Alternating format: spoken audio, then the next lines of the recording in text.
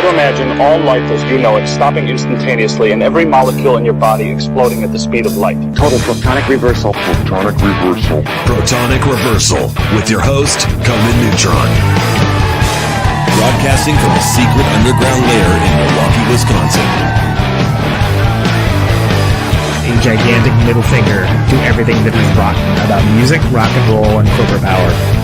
The thing is, though, if you don't laugh, you're going to go on a killing spree with sharpened nails. Confidence of a hero or a fool. I wasn't exactly certain which. Could not be more professional.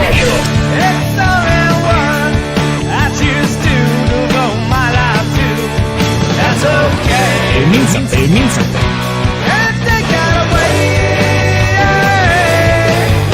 You know, that's my take on it. What's yours? Protonic Reversal! That's like a science thing, right? Indeed it is. It is a science thing. It is a science place. It is a scientific fact that we're all up in your face. It is time once again for the one, the only Protonic Reversal. Welcome to it. Episode 418. That's a very large number, but it's still not the pot number. The pot number is still 2 away, so I don't know if anything's going to happen then. Probably not. We'll see. But any which way you slice it, shortly, going to be having a third time returning guest, Mr. Mike Hard of God Bullies, Thrall, They Never Sleep.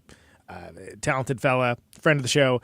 Looking forward to that. But before we get into that, welcome to Conan Neutron's Protonic Reversal. I am your host, Conan Neutron.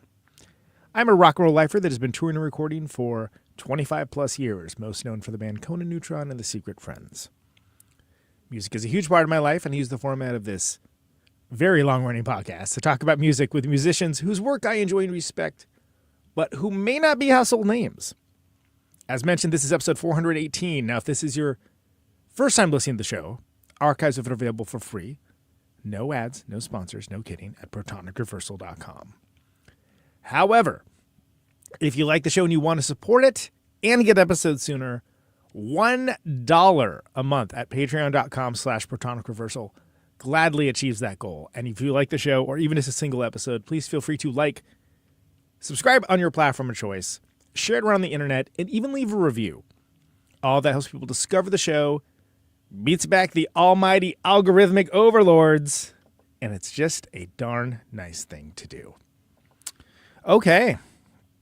So, again, this fella's been on a few times, right? This will be a few is 3, right? So this will be the third time, different conditions every time. And this time it's in a celebration of a really great record. A record I liked a lot. A record that showed up on my best of 2024 list. I don't remember the pacing. Doesn't matter exactly what the placing was. Quite high, though. Quite high because I listened to it quite a bit. I think absent of the entire context of the band God Bullies, you can find a lot to love with As Above, So Below. And that says everything about a band that's a bit of a legacy band.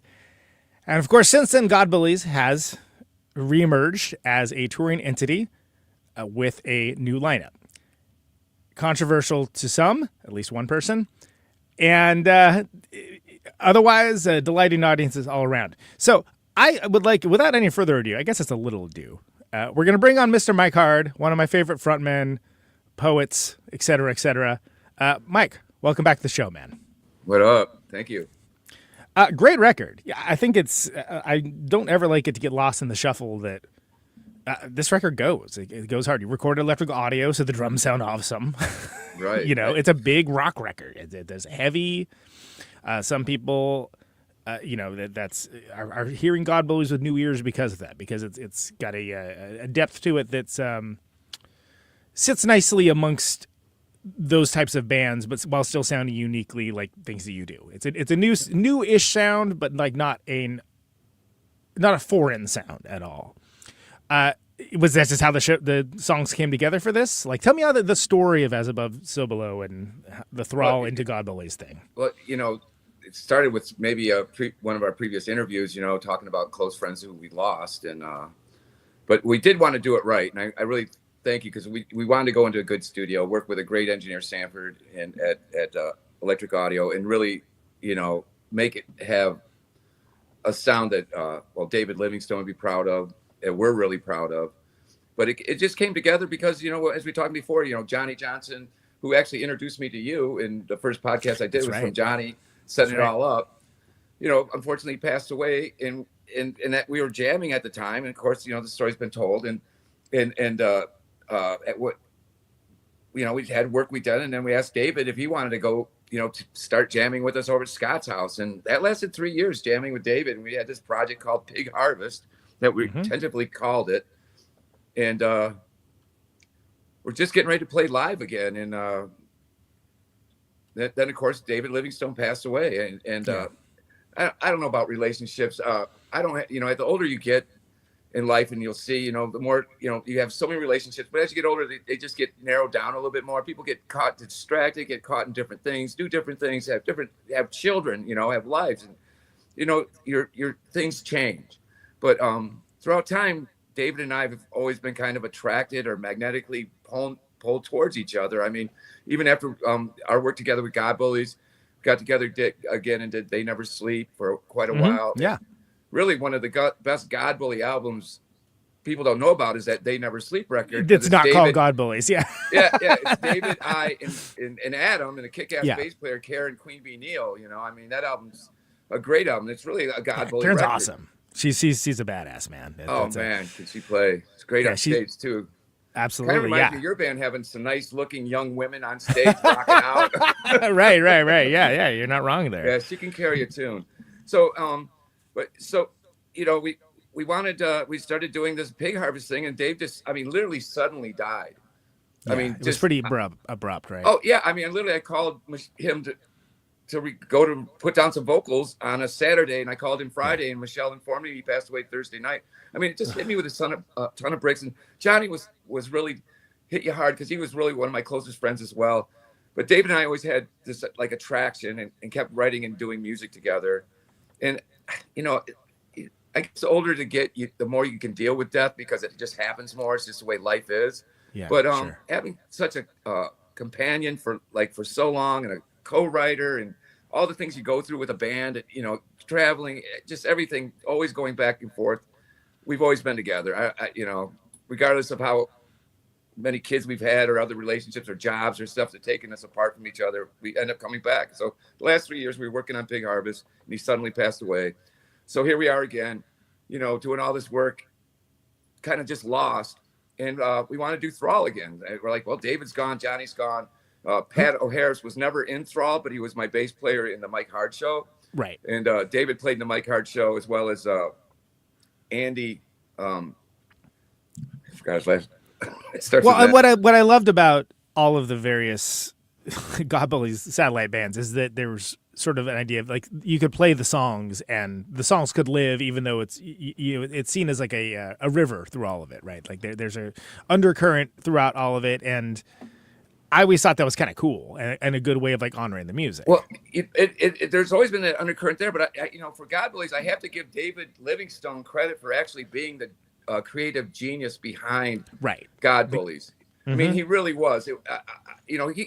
I was kind of like a weapon. He just kind of pointed me in a direction and gave me, an enemy to shoot at, and we both had the same enemy list. So it worked really well together. But David truly was the creative genius behind God Bullies. We did all the record. I did a lot of it with him, but like David and I did all the records, all the videos. David did all the business end with getting the record deals, agents, all that stuff. All the behind the scenes stuff was pretty much Livingstone pushing it. So David was the God Bully. So anyway, we're going to do Thrall, and who I love. I always thought Thrall was good. Yeah, I came to Thrall afterwards, so I haven't. That's great too. We draw good as Thrall. As good as God Bully does. Yeah. So just not that you need my opinion on it, but I mean my path into God Bullies is very different than some, because I found out about you guys through the AmRep documentary. Because I'm from the West Coast, there just wasn't as many opportunities. I just didn't. I had heard the name. I knew the name. I knew that you guys traveled in similar circles of many bands I love, but just whatever reason. I heard a song, I got a comp tape once, and that was about it. And then I was like, oh yeah, those guys. I should look more into that. I think they they have something to do with Thrall, which I like a lot. But it was one of those things. I didn't know who anybody was in the band. I didn't know like anybody's name. I was like, oh, that one singer is a preacher. He's crazy. I didn't know who you were. I was just like, I thought the music was cool. That was it. And like it was absent of any visual stimuli of any kind or any context of any kind. And later I came to learn that I was like, oh, this guy. Crazy guitar player David Livingstone. He's the kind of guy who makes like all this stuff happen, and so on and so on. But it is fascinating to me that like it was just such a huge blind spot for me that I missed it all the first time basically. Well, but Thrall was around. I mean, to be clear, I was coming from the West Coast too, right? So it's like I didn't have the ability to see you guys play 100,000 times like many people did. So yeah. But I wanted to level set that because I know there are people like me that they don't have. It's not like it's like John and George and Paul and Ringo. Like, people don't know who's even in the band necessarily. Well, even Tommy was in Thrall. Tommy from God Bullies was in Thrall. Sure. So, I mean, the cross, everything's kind of, the people I've worked with are people I've worked with that I've worked with all these years, There's nothing, they're the same kind of people or same group of people, Karen was in Thrall. Karen was in They Never Sleep. Karen was in BrainSaw. BrainSaw, sure. We barely talked about BrainSaw last time. Right. But, and I mean, when I get a chance to work with someone like that, any project, like, hey, can you do this? And thank God they always want to do it. But the thing with Livingstone is we after he passed away, we're like, well, let's do Thrall, and I started thinking like, well, we have these Pig Harvest songs that we've written with David. I had these They Never Sleep songs I've written with David. You Call This Love, which is on a new record, and Help, which is on a new record. You Call This Love is one of my favorites, actually, on the record. Yeah. Thank you. I love that one. I mean, that's the single for me. But have you been in all these bands? You see, like the band breaks up or the band moves on, someone passes away, someone moves away, and you have all this material not used. It's just sitting there, and it never. And they're does good songs, with. right? Yeah, every musician has that story, And so I thought those songs were some of the best work David did, and I really wanted to release them. I could not release them on a Thrall album and dedicate or put and memorialize David Livingstone on a Thrall record. He had never anything to do with Thrall.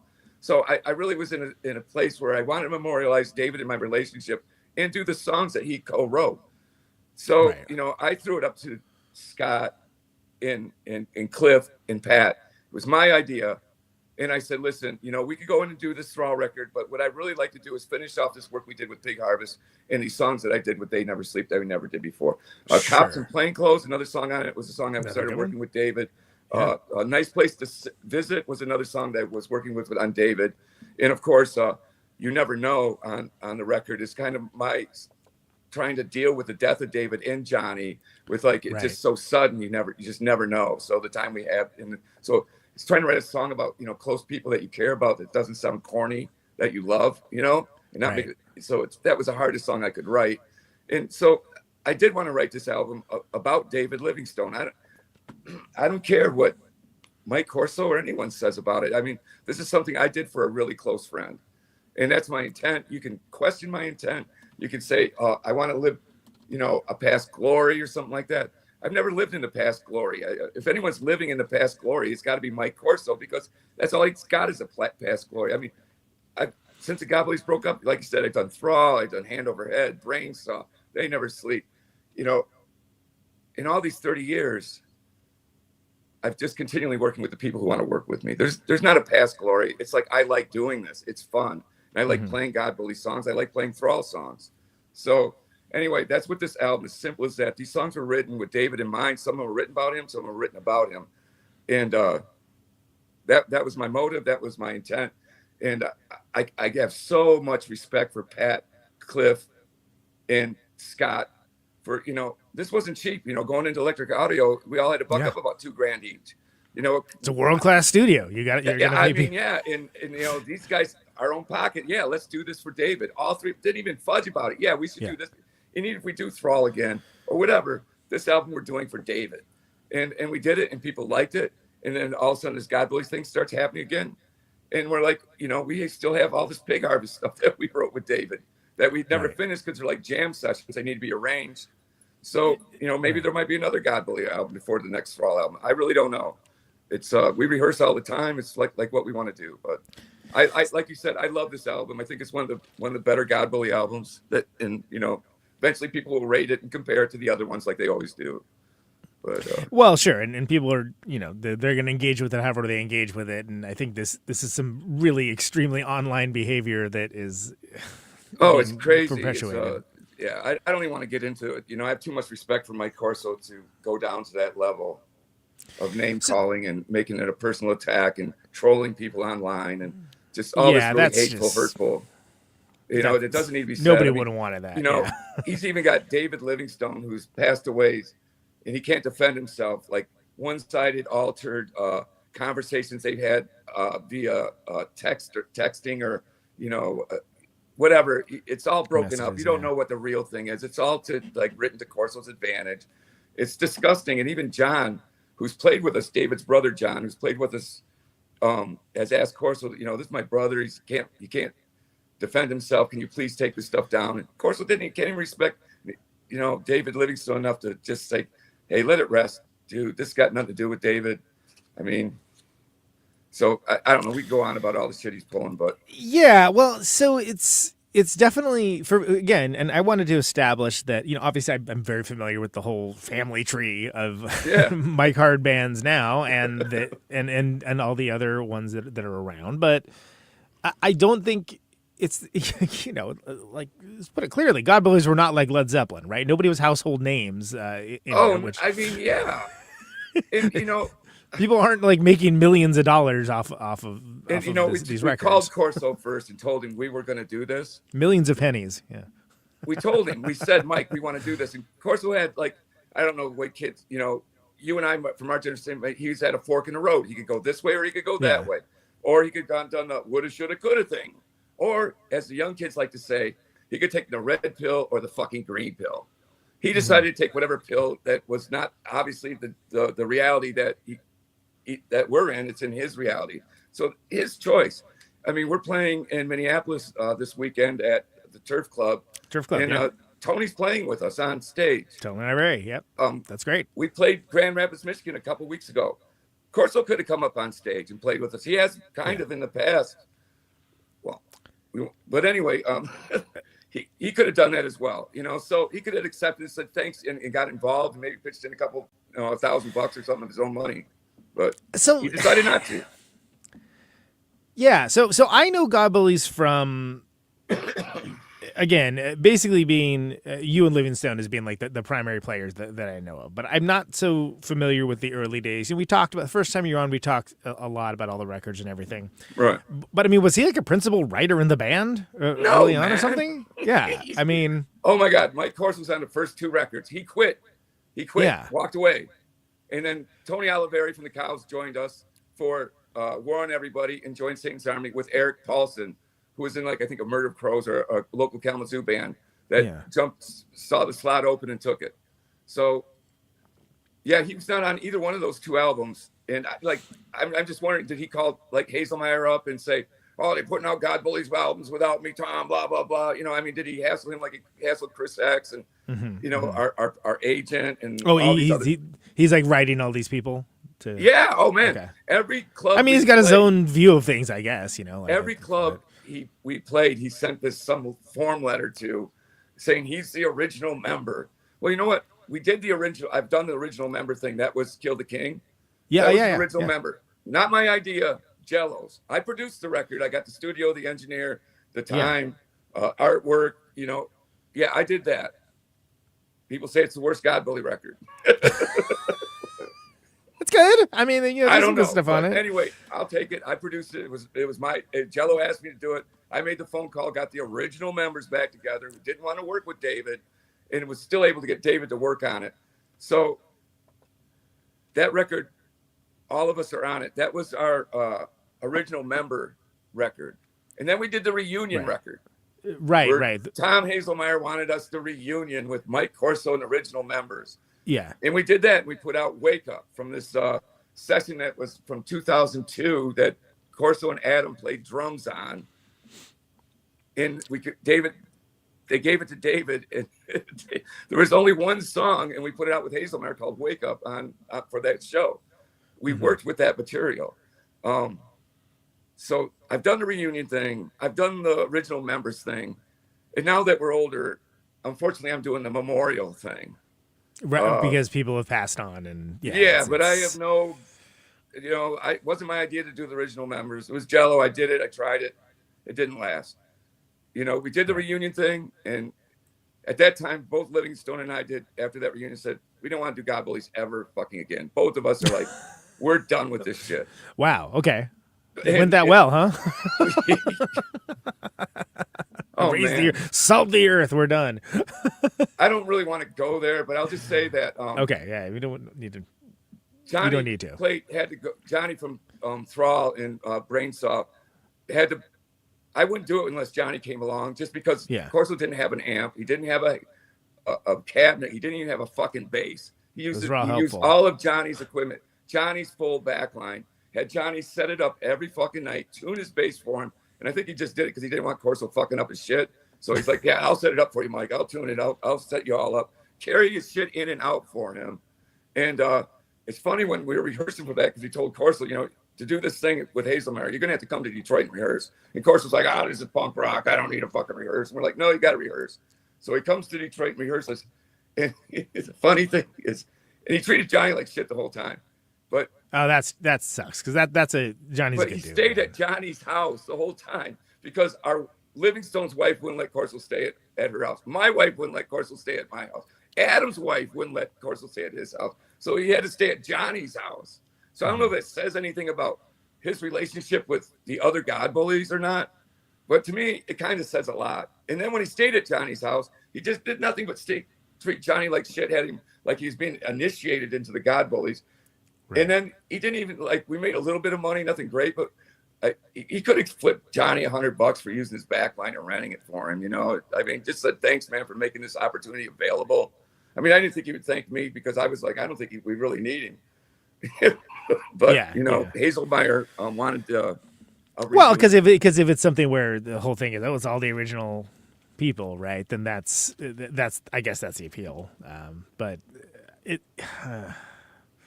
I understand. See, and I understand that not being included on something hurts, right? Like that. I understand. But when you ask someone to include them and then they automatically alienate the whole band. I am so glad. Before I asked to work with him again and asked him, we're going to tell him we're going to do this, he went automatically ape shit. And now it's kind of nice to know how he thinks about me and feels about me.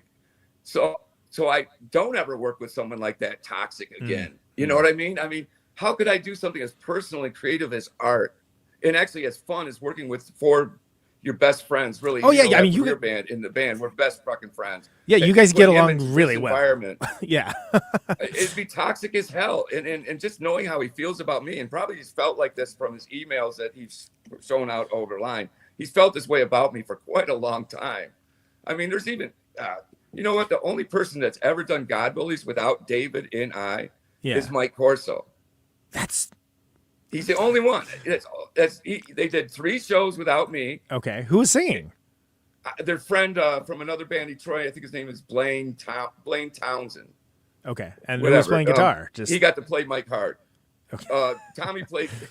Tommy played guitar. Of course, played bass. Adam played. Oh, okay. All right. They did 3 shows without me. They could have kept on going. I was off into Detroit, going back into Thrall and stuff. I didn't need it. They could have just kept on going and being a God Bullies. When his own words said they sold tons of merch, they made lots of money, they signed all these autographs. No one knew the difference. I guess that goes back to not, obviously I know, well, not me, I'm talking about people may not necessarily know the people in the band, they just know the band, right? So that's okay. They just, the perfect example for this is, the band Sweet, the 70s band Sweet, the glam rock band. Love them. At one point, both the guitar player and the bass player had different versions of the band, and they would tour different areas at different times of the year. And that's look right now. That's one way to do it. Dead Kennedys. If Ballroom Blitz and Dead Kennedys are on tour right now without Jello Band. Sure, the Sex Pistols are on tour right now without Johnny Rotten. Right. Yeah, that's right. I forgot about that. Yeah, absolutely. Did he I don't Sex even Bomb Baby Flipper went on tour with Yao. Yeah. If these guys and really Shannon did a one-off show with me, them at Caterwall too. Yeah, it's. It happens all the time. Matter of fact, my favorite band ever, I don't know if you ever heard of them. They're kind of a 70s band, the Sensational Alex Harvey Band. Oh, yeah. They put out a Sensational Alex Harvey album without the Sensational Alex Harvey.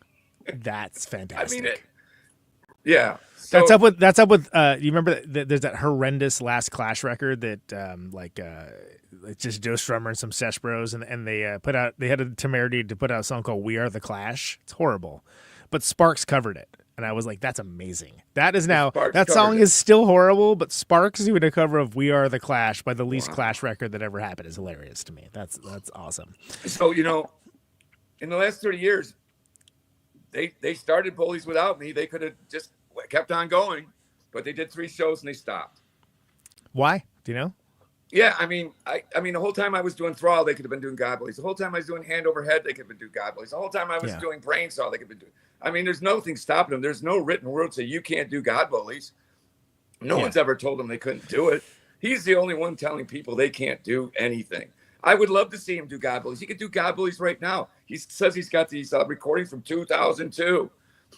I mean, okay, yeah. Release them. Go into Electric Audio. Put them out. God damn. Release the Snyder Cut. Release the Corso. Yeah, release the hit tapes. God Bully tapes that are just him and it's just him and Adam. Livingstone does not play on them at all. It's okay, so Adam. Okay. And so a rough mixes for an album that we might do, that him and Adam, that Corso and Adam did. And Livingstone and I literally, we looked at it. We wanted to put some of it out. We got one song, and it's a good song, Wake Up, and it's on a AT singles release. So, okay. I mean, it's just the stuff that comes out of his mouth could not be any more wrong. He played bass on a couple of records. Because he's acting as if like it was because we all jammed together. It's all of us. It's like I didn't listen to who wrote the bass. I mean, maybe he wrote his bass lines, but Livingstone. I mean, he pretty much wrote everything. I mean, and then it just pisses me off because people say maybe the best God Bully album was War on Everybody. Mm-hmm. And I think it probably is when you look, we all came into our own right before that record. And it's great. David became a master at guitar in the studio. And a lot of people think War on Everybody is our best record. He doesn't even play on it. And he actually in his studies sending around and says that he actually wrote some of it. That record was written by David and Tony Oliveri in Minneapolis. Because I still lived in Detroit and Eric lived in Chicago. So David and Tony wrote that record. The bass lines weren't even put down until after all the drums and guitar were done. Because we just had to do it because we all lived in 4 different cities or 3 different cities. So Corso says he wrote the bass lines on that. He was so far removed from that project. The bass didn't even come in until after all the drums and guitars. That's the one that, with a book report time and I Want to Kill You and all that. I mean, that's like kind of like when people think of God Bullies, I think it's like that's one of the records that they're thinking of. So and guess what? Adam, Corso, and Tommy don't play on it. Right. Yeah. Well, have you talked to Mike Corso at all? No. I called him up to tell him we're going to do this. He got right in my face and started screaming and yelling at me and telling me like, what, you can't do this, you blah, blah, blah. Yeah. And it's just like, obviously until you cool down, I can't talk with you. Yeah. I mean, I'd be curious other than like, he wants it not to be happening. Is there an ask? Like, I don't even know what he's trying to get out of it. It's like, just like I don't know did you have a little brother? Yes. You ever play Risk or like Monopoly? Oh yeah, of course. Yeah. And then you got his, he's getting his ass beat and all of a sudden he flips the whole table. Flips the table. I've actually had that happen. Yeah. Mm-hmm. Yeah. I think I don't know. He hasn't really said his intent, but I think that's his only, I can only imagine that's his intent. I don't know. Well, and I think that's notable because clearly it's coming from a position of hurt or pain or like being left out or whatever, and there's ways to deal with that and be an adult. But I mean, he's had 30 years not to be left out, man. You know, when I would do Thrall, we'd play Bullies. I mean, he could start his own band. He doesn't even have to start the God Bullies again. He could just rehearse with his friends down the street and put out some music. Adam could do it. Corso could do it. Tommy could do it. Sure. Yeah. Nothing. In 30 years, nothing. And I ride my ass because I love doing this. I love writing. Well, and people, the audiences respond to it. People want to hear not just the old songs, but people are excited about the new songs. One thing I thought was interesting is one of his disses seemed to be like, oh, well, it's metal. I'm like, well, first of all, no metal I've heard. I don't really like. I had freaking Dave Lombardo of Slayer on this show, and like, someone's like, this is the best metal podcast I've ever heard. I'm like, boy, do I have bad news for you. It is not a metal podcast, but it's just heavy music, right? And it's not metal. I mean, it's any not metaler dude would tell us this is not metal. I don't know what it is, because you've seen the bands we play with, and the music these kids are doing is a lot different than what we are doing. Sure. They don't have any of those genre distinctions, right? It's sort of like the idea of when I'm in high school, there was the punk rockers and there were the metalheads, and everyone could agree on Slayer and Motorhead, and that's about it. And, we're over here listening to like the Stooges, and they're over there listening to Creator or something, and like, okay, well, it's fine. We're all listening to weird music though, and these kids, they don't have stories, So I want my vocals to be heard and my words to be heard. And a lot of these bands, I mean, I can't tell what the fuck they're saying. Right. Well, and I think you're forgiven as a listener for thinking that what is being said is not of import if it's not treated importantly. Like if it's not mixed in such a way that you can hear it. And I think these bands I've seen are definitely important. Okay. Fair enough. Yeah. At least they think they are, and that's all you need. God damn it. But to me, I didn't understand the specific. So first of all, to be clear, I like Thrall. I think Thrall's a good band. Like and like I would be excited to see Thrall play. I'd be excited if this was the Thrall. It's just a good record. But the fact that it's God Bullies is more popular. Like in Detroit, Thrall's way more popular than God Bullies. Way more people go to a Thrall than God Bullies. In Texas, it's kind of like that. And I actually in Dubuque, Iowa, I mean, they're more of a Thrall crowd than a God Bully crowd. So, I mean, for course of this, I mean, and once again, he hasn't done a band, doesn't run a band, but just rides my band down. Oh, Thrall sucks. Thrall will never be God. We never are. I mean, it's apples and oranges. I can see people comparing bands' records, but comparing bands to other bands and things like that, it just doesn't make sense. They're all their own separate entity. They're their separate existence. But yeah, and that's also in there. Of course, was talking down, Thrall. He obviously doesn't know that Thrall had quite a bit of a success. I mean, yeah, well, yeah. That's what I kind of wonder. Is it just because I haven't seen it, so it whatever ostrich mentality? I haven't seen it, so it doesn't happen. I think it's because in his mind, it's he feels like, for instance, Thrall was somehow competing against God Bullies, like something. Okay. But no one else looked at it besides him like that. So Well, yeah. So again, that comes back to, other than I don't want this to exist, what is the ask? What is his? So first of all, okay, if you think about in a court of law, right, who owns? You want to go in a court of law, the cease and desist orders now? Free Kitten, the band Free Kitten. This might show some intent from him. I was just saying, Mike, real quick. There's a record they have called "Punk Suing Punks," which I think is hilarious. But anyway, go ahead. Yeah, he sent cease and desist orders to us, our Chris Axe, and Reptilian Chris, our agent as well. And the reason why is because I would tarnish the legacy that I was tarnishing the legacy of God Bullies. Meanwhile, if you go to his God Bully sites, all he does is tarnish the legacy of the God Bullies.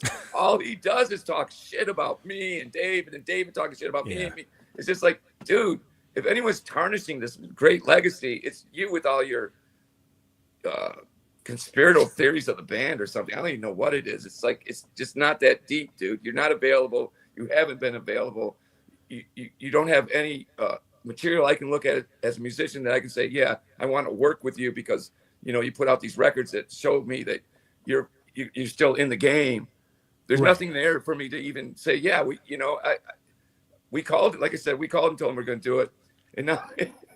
And I think, well, you gave advance warning, and somebody doesn't have to, someone doesn't have to like that to receive that news, and that's within his rights for sure. But it's not like you did it on the sly or something. That's the honorable thing to do. I look at it. I have a thing like, all right, if you date my ex, that's fine, but I better find out about it from you. Well, that's what I kind of feel like it's an ex-wife. Or have you ever seen Blues Brother and Carrie Fisher and Blues Brother? Yeah, of course. And she's like, of course. I feel like he's Carrie Fisher. Right, okay, got it. All right, sure. But like I said, he's had 30 years to do something, and he could do God Bullies. I see his version of God Bullies. I mean, I'm not stopping him. He could, get Blaine Townsend back and call Tommy from New Mexico. And the thing I want everyone to really know, have the sweet thing. You can both be touring different areas of the country at different times. Pink Floyd, Roger Waters tours the wall, and then Pink Floyd tours the wall. See that. I would pay to see. Someone doing me. But, yeah. Why not? Sure.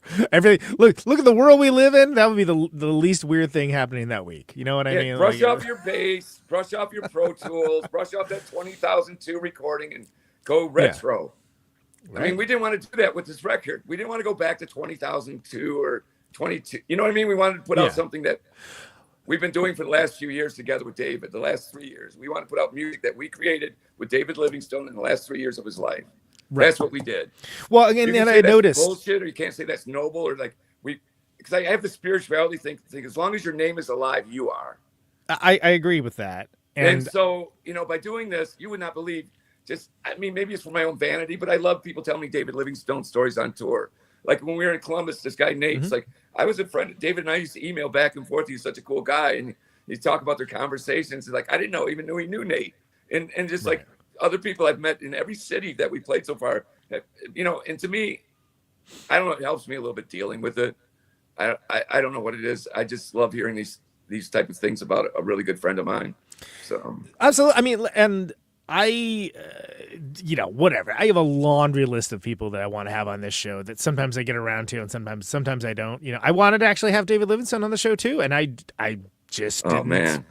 I just never got around to it. You know what I mean? And there's plenty of people I did and have and continue to, but I was like, oh, it seems like that dude would be like, it'd be cool to talk to, and it would be a memorable experience. So oh man, you'd love talking with David. Yeah. He was a just biting conversationalist.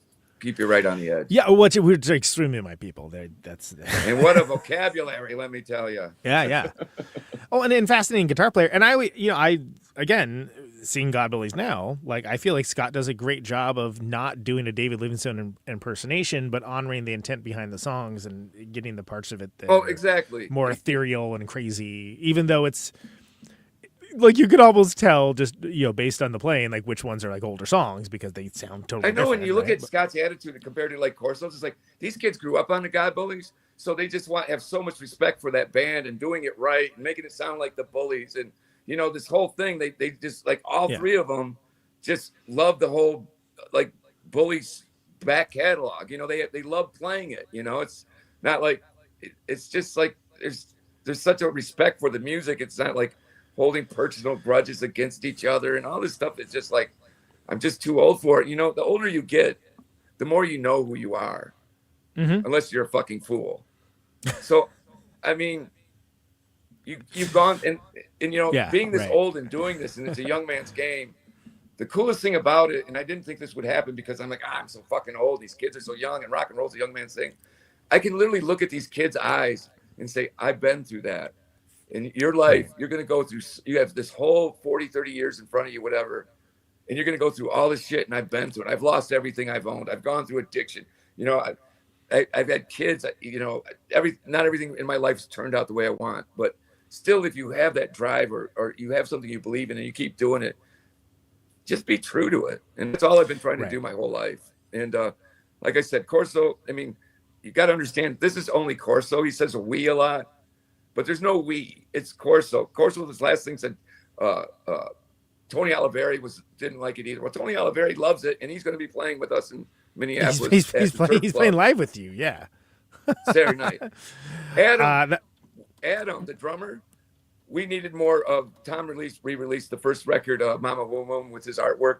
And he had all these CDs. We sold them all. We needed more CDs. We called up Adam. Adam didn't bitch about us. We told him we need more God Bullies CDs. He was more than happy to sell them to us. He had like 100 of them sitting at home, just sitting there getting dust on them. Yeah, it's at least they're getting out in the world, right? I mean, right. Jesus Christ. And so Corso says Adam and Scott's talked to Tommy, and Tommy's want nothing to do with this. Right. So this is not his vibe. Mike Corso. It's only Mike Corso. So Adam and Tommy both are just like, whatever, I do whatever you want, basically. Right. Because I get that, like, you know, I don't want to be involved, but yeah, you know, like go on ahead is fine. But I for me, I just don't understand what the ask is, other than don't exist. Like I clearly Mike Corso. I can't do it. You can't do it. No one's doing it. Yeah, and that's the flipping the game table over. Right. That's obviously where we're at with him. So. That's like, you know, I'm gonna take a dump on the coffee table so the party's ruined. Okay, well, congratulations. You know, well done. Pour the beer and the meth. But it's how it works when people don't know the individual parties involved. Is that it's just like, oh, here there's a controversy, you know, because again, people don't pay that close attention to anything these days. It's almost impossible nowadays, right? Yeah. The world is designed in such a way that it's not meant to. So whatever. Yeah, you know, Conan, here's my phone. Mm-hmm. It's like a flip phone. Right. It's like not doom scrolling. I've fallen down. I've fallen. Help! Life alert. Yeah. Right. That's how much I give a shit about Instagram and Facebook and all this gossip stuff. You know, I don't even participate. I've never have. Call me on my phone. Missing nothing. I don't even text. There's just too many good books and too many good albums to listen to. Right. Sit with my face in front of this and listen to people. I call it the pretty little hate machine, because it just generates so much fucking hate. You know. That is monetized by all these oligarchs, right? You know, like, great, sounds awesome. Yeah, I mean, even of course, will make up a bunch of lies and shit and spread it. You know, even this show is not tied to YouTube. I started putting this on YouTube in 2020. The show existed for like 6 years without ever having a video element at all. It's a podcast first that is platformless. Like, it's on all of these various walled gardens. But it's not of those things. So not if, but when these things go away, the show will still be here, because it is absent of any ties to any of these things, which I feel are all just trash from the trash can. Every one of them. Oh, for sure. What a waste of time. And it's all going to be, lost in time like tears in the rain, to paraphrase Blade Runner.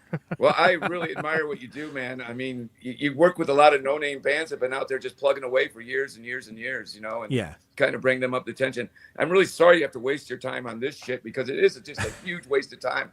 It's funny, though, and that's what I like it. I'm looking at it with a huge sense of humor. Like, what is this idiot doing? I mean, I thought he was my friend. You know, I thought he was my bandmate. We went through all this stuff together. You know, we called you. We told you we were going to do this. And all you could do is have demands and say this and like put us down and, you know, make demands. And it's like.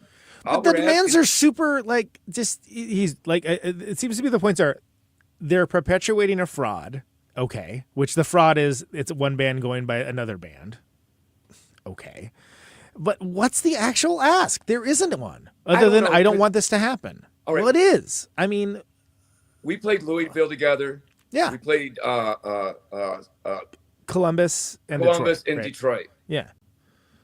Is this like a big money-making scheme we're doing here? I can assure you it's not, no. Exactly. So, I mean. But there is a whole generation of people that never saw God Bullies that were really excited to see the show and had a good time, right?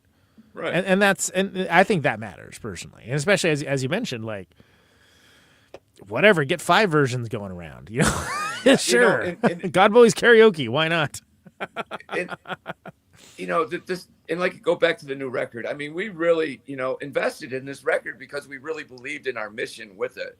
And I think, like you said, it came out that way. It kind of has that feel like there's something behind this. You know, it's the songs, when they all come together, it has a good groove to it. It has a good feel. So to me, our intent was true. It comes out in our music. It comes out with that As Above, So Below record. You know, I think you can tell from someone's art whether they're being pretentious about it or if I'm just going to go into some past glory or trying to profit off something. No, we went out to make something new and to take something that projects we've been working on a while and legitimize them. And absolutely. Well, and it would be a good record whatever it was under. Like if it was under, Pig Harvest, if it was under Thrall, like it would be a good record for all of that. Right. And we were thinking about going back to Thrall and just have this like a one-off God Bully thing. But, I don't know how much of a rebel you are, but I came from a divorced family. My stepdad and my dad were both abusive. I was on my street very young, joined the military, whatever. But, I lived a life where a lot of people, including my parent or especially the male men, were, you'll never be shit. You're never going to be nothing. Right. You can't do this. You can't do this. And the more Corso pushes that button in me, I feel like he's my fucking stepdad. And it makes me even want to do it fucking more. Right. So just it's the contrarian of it all. Because there'll be 3 more. We got enough stuff from Pig Harvest. We were doing it 3 years with the tape running every fucking rehearsal. We got tons of Livingstone music. Well, yeah, and it's nice to have that live. I feel like it's all done. There's a lot of honor to it. I mean, a recent-ish example would be Unwound, which a great band. I happen to be very good friends and ex-bandmates with Vern Rumsey, the guy who's not around anymore. And what they did is they have come back, and Jared Warren, who was like more or less who was in Carp, he's like Vern's little brother, practically, and an amazing bass player. He has started playing bass in Unwound, and they've brought the songs back, and it's this lush, gorgeous presentation. And it's fantastic. And there's a whole generation of people that never got to see those songs played live. And is it hard for me, who like my friend who is gone, like hearing these songs and not seeing them there? Yeah, absolutely. Right. But like, it was so nice to be able to see them given honor, and people that have like been waiting to see this band play for like 20 years get to have an experience. That is a great thing. And I know exactly what you're talking about. There's other people that, like you said, that we said, sort of, I saw when we just played Indianapolis, and this one girl said, I've been waiting 22 years to see you guys. Exactly. Right? She didn't really care the lineup. She just wanted to hear the songs and play. Give me a damn who's playing bass. Exactly. Yeah. She didn't know. Yeah. And she didn't care because the band, these guys are serious, solid musicians. All 3 of these everyone's guys. Great. Yeah. Yeah. It's not like we're sitting at home on the couch wishing we were in a band. No, we're in a band. We've been in a band. We've been playing together for 30 years. All Pat, I, Cliff, Scott, and all different bands. We're really good friends. And everyone seems very aligned to a similar purpose, right? Yeah. Which is nice. It was funny because Scott was with a big writer with Thrall, and David was a big writer and God Bullies. And when we got to do Pig Harvest, those guys, had a little animosity, I think, at the beginning. Right. But, David really started respecting Scott's work ethic and how willing he was to learn. And David was showing him tricks in the studio and how to record. I mean, this stuff Corso knows nothing about. He wasn't a part of David's life his last 3 years, his last 5 years, his last 10 years. But so don't claim something that's not there. We've been working together, and we were hurt. We were just hurt really bad when he died. And we want to salute him. Understandable. Yeah. And, it's one of those things. For anyone else to take it differently really pisses me off. And to say my intent was anything different than that, or, the sacrifice that those 3 musicians made to do this for me. I mean, I have so much respect for them. Yeah. And no matter what Corso says or what shade he wants to put on it, this is still a great album. There's songs on it written by David and about David. So fuck them. I mean, that's just the way I feel. And like I said, it's just Corso. It's not Tommy. Tommy's one of the best guitarists I ever worked with. I don't know why he hasn't done any music besides the God Bullies. To me, he's a fucking guitar. He's a fucking genius. Adam's one of the best drummers I ever worked with. He's playing in a country band called the Ipsitucky Farmers or Ipsitucky Colonels. Plays at the bar every Saturday night. I don't know. To me, they sold themselves short. Right. Well, sure, and maybe it's just not where they're at. I mean, I have people that just like they stop. That sounds great, by the way. I would love to be able to just stop, like it being a serial killer, like Jack the Ripper. I'm just going to stop killing now. Yeah. No, that's sounds like you have a much easier life. Well, he didn't just stop. He got incarcerated. Well, sure. He kept on pedantic about it, but but I think that's something that's notable. I mean, I don't understand what popularity to mooch off of. Like what I mean, I'm not trying to be reductive. You know, I love the band. I would have had you on, now 3 times if I Right. didn't love the band. But I have bands on that I feel like people should know. I say in the intro, people that may or may not be household names, right? Right. Because the thing is that all this music is worth celebrating, and it's worth paying attention to, and it's interesting. And very important to me for this show, for people to find an avenue into things, even in stuff that they don't already know, to like hear the pitfalls and hear the mistakes and hear the journey for it, and to have that as a compendium of, we're all in this together, we're all doing this, and to find community in that. That's what it's all about right there, man. That what you just said is exactly what it's all about. And that's why I'm surprised Corso's just not like, we're out spreading the God Bully name. I mean, it's not Corso playing live shows and putting God Bully stuff in the set, keeping the name alive so other people can hear it. I thought he would be just like you said. He'd be say, "Oh man, this is great. People are talking to me about God Bully stuff again. I'm probably going to go play with them." When they play, just like you said, the celebration of all this work and these things we've been through together and bringing it to people's attention. Yeah, you would think that's what he'd want to do. That would be the honorable thing to do. It's like, I was a big part of this and I want to still be a part of it. But like you said, that we're still, you ask what the ask is. I ask what the intent is. We have no way, just besides he wants to just say mean things and it just doesn't. It doesn't seem like something that there is to me anyway. Like, I don't know, there seems like there's a lot of stuff being written that all seems to kind of recycle the same themes, but other than I don't want this to happen, I don't understand what the ask is. I'm not trying to take sides. I'm not trying to be flippant. Right. I am, but I'm not trying to be flippant. I don't get it. And I don't understand why someone would put this much effort into tearing something down either. It's something that he built, and that he was a part of for a couple albums. Sure. I would assume. I just think I don't know how those royalty breakdowns are, but he just doesn't like me. Yeah, the royalties. Maybe that's just it. Maybe it's as easy as that. Another thing, he called out Jello Biafra, said, Jello did, he wasn't getting money from Jello. It's like, you can call Jello. Like Jello didn't pay us for the record, and he called out Chris X, and Chris X doesn't respect me, and saying he was a shady businessman. I mean, these guys have been in it for years and years and years, producing bands, putting bands out, and now you're calling them, bullshit too. Like Jello owes him money, and he paid me, and I, it's like Corso. Right. It's like this, all this, it's like fake news. I couldn't think of, yeah, it's not true. Well, and there's, it'd be one thing if you're just going around as like the Vegas, big Vegas show version of God Bullies, whatever that would entail for God Bullies, which, would be hilarious to me as well. But it's not that. There's new songs.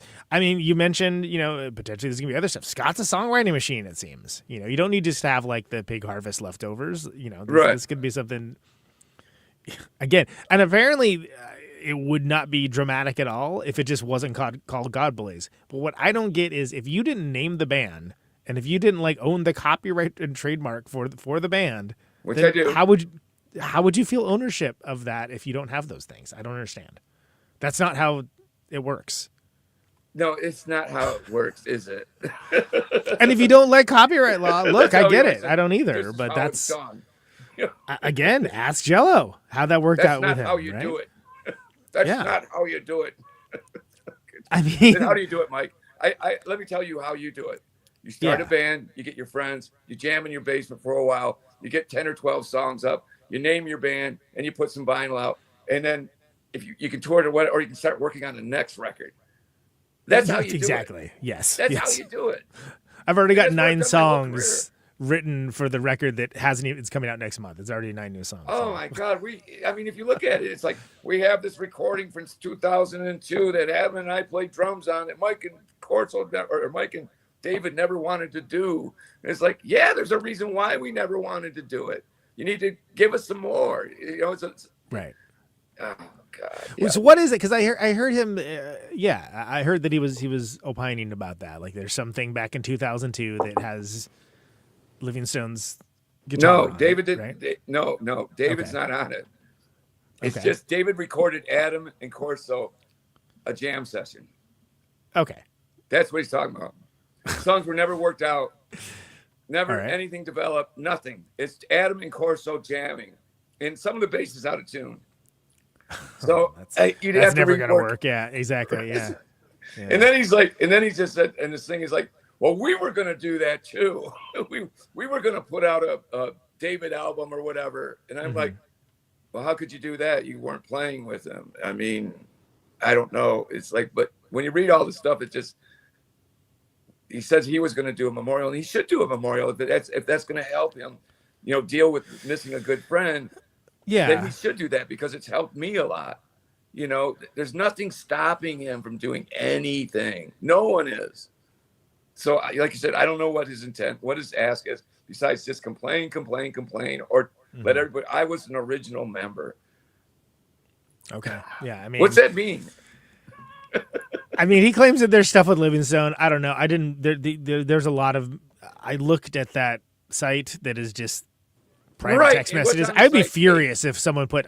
I'm not a big trash talker. Don't get me wrong. But if somebody put private text messages without my consent up on the internet, I would lose my mind at them personally. But I guess Oh my God, David doesn't. David's not even here. I mean, it's such a disparage to David, and David's own brother John asked him to take it down because he knows that David wasn't like that, and that's not David, and it's really personal stuff about David. But if Mike thinks it's going to serve his will, he really doesn't care how other people feel. He doesn't care how I feel about all the mean stuff he said about me. He doesn't care. But what is the will here? Like again, like it just. I don't. I guess it seems so I don't know, weird to maybe me. you should have him on, but he's just going to say the same thing over and over again. I'm the original member. I'm the original member. Right. Okay, let's get beyond that. Yeah. Okay. Then now you were what? replaced. Sure. You quit. 2 albums are without you. And really, Mike, I'm sure he wrote a few songs. I'm sure he wrote some songs with the Bullies, but we all wrote together. It was a collaborative process. Yeah. Yeah, it was a collaborative. There's no like I did this and Livingstone was never I did this. You can kind of tell maybe from songs who wrote what. I don't know. I'm the lyricist. Give me the fucking music. I'll put lyrics on it. Right. Exactly. Yeah. Yeah. But to sit here and say I did all this stuff, it's like, wow. What about us? Didn't we do something too? I mean, didn't we have a part of it, Mike? I mean, was the God Bullies just all your so-called killer out-of-tune bass lines? I mean, we were way more than that. There was a whole bunch of stuff. I mean, Mike just played bass. He didn't get involved with making the videos, doing album artwork, booking the shows. He never even made one fucking flyer. Wow. That's almost impressive in its way. Yeah, he played bass on the first 2 albums, and then he was asked to play bass by Jello on Kill the King. He would never been on the album. The album would never been out unless Jello asked for him. So it's really simple. I mean, it's such a small world in music, but to have like the way it comes off, it would seem like he was like literally Paul McCartney, where he's like, oh, is Ringo the best drummer in rock? Oh, he's not even the best drummer in the Beatles, which world class diss, by the way. Is Mike Corso the best drummer of God Bullies or best bass player? Yeah. I don't know. Ask Eric. Ask Pat O'Harris. But it doesn't. It's so much effort over what precisely? I don't. Well, and that's just it. Why are you taking all this effort to do this when you could easily just take the effort and start a band? Yeah. I mean, instead of it's a weird way to make a name for yourself. Telling everyone I'm the original member. Well, start out with the original bass player, but God Bullies with the original bass player. God Bullies singular. I'm not against it. I'm not. Never have been. When they did God Bullies without me for those 3 shows and then quit, I didn't say you could. If you don't, stop doing God Bullies, I'm going to send a cease and desist order out to you, and saying you're questioning my artistic integrity. No, do it, man. Yeah. Well, it seems weird to me, and that's why I asked if you had talked to him, because yes, before we started the project. Yeah, it's because that's the first when I see. Like, look at who's president right now, right? There's a lot of things to focus on, like, look at what's happening. There's like this shock and awe of, Told you so. Told you so. You did. 30 years ago, I told you so. Yeah. Yeah, this is happening, huh? Isn't this crazy? Oh God. Do we want to go there? No, we don't. No, we do not. I'm trying to protect my heart best I can right now, and that's Bend not the thinking knee, about kiss this. the ring, bow to I the know, king. It's pretty rotten stuff. I never thought America would become a monarchy. Never. And the henchmen. Oh, the henchmen. Would it be cool I if there was can't an even blame opposition Trump. party? Wouldn't that be cool? Do we have one of those? Can we find one somewhere? Does that exist? A Republican Party?